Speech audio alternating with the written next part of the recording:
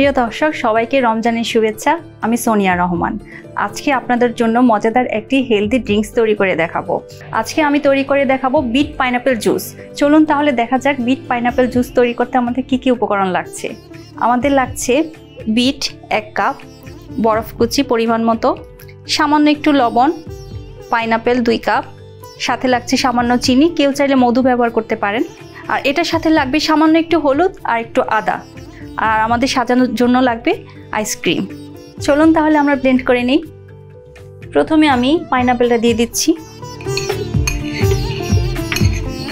এখন আমি দিয়ে দেবো একটু হলুদ। কাঁচা হলুদ কিন্তু আমাদের হেলথের জন্য খুবই উপকার, হিমোগ্লোবিন বাড়ায় এবং ক্লান্তি দূর করে। আমরা সারাদিন রোজা রেখে যেমন অনেক দুর্বল হয়ে পড়ি, আর এই কাঁচা হলুদটা আমাদেরকে অনেক এনার্জি লেভেল বাড়িয়ে দিবে। সাথে দিব সামান্য আদা। আমাদের হজমের জন্য আদাটা খুবই উপকার।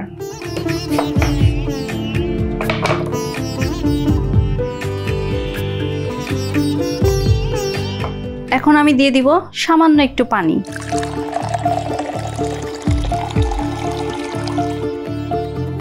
আর দিয়ে দিব সামান্য একটু লবণ।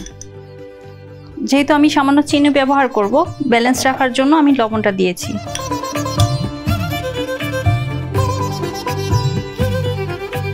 আর দিয়ে দিচ্ছি বরফ।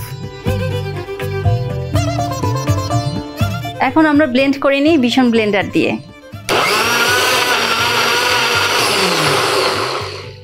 আমাদের ব্লেন্ডার হয়ে গিয়েছে।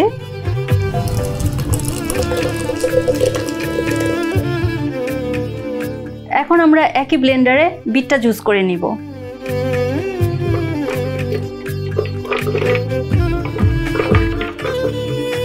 সাথে দিয়ে দিব সামান্য একটু চিনি। আর বিটের নিজস্ব একটা মিষ্টি আছে, যার জন্য আমি অল্প ব্যবহার করছি। আর ঠান্ডা পানি। এখন আমি ব্লেন্ডারে চলে যাই।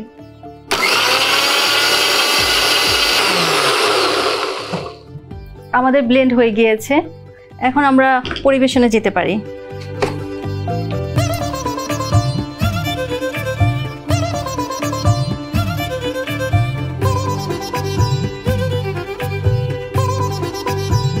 ভ্যানিলা আইসক্রিম দিয়ে দিচ্ছি। যেহেতু বিট, এর জন্য একটু বিটটা দিয়ে আমি পরিবেশন করতে পারি সাজাবার জন্য। তৈরি হয়ে গেল আমাদের বিট পাইনাপেল জুস। দেখুন কি সুন্দর লাগছে দেখতে, কালারফুল।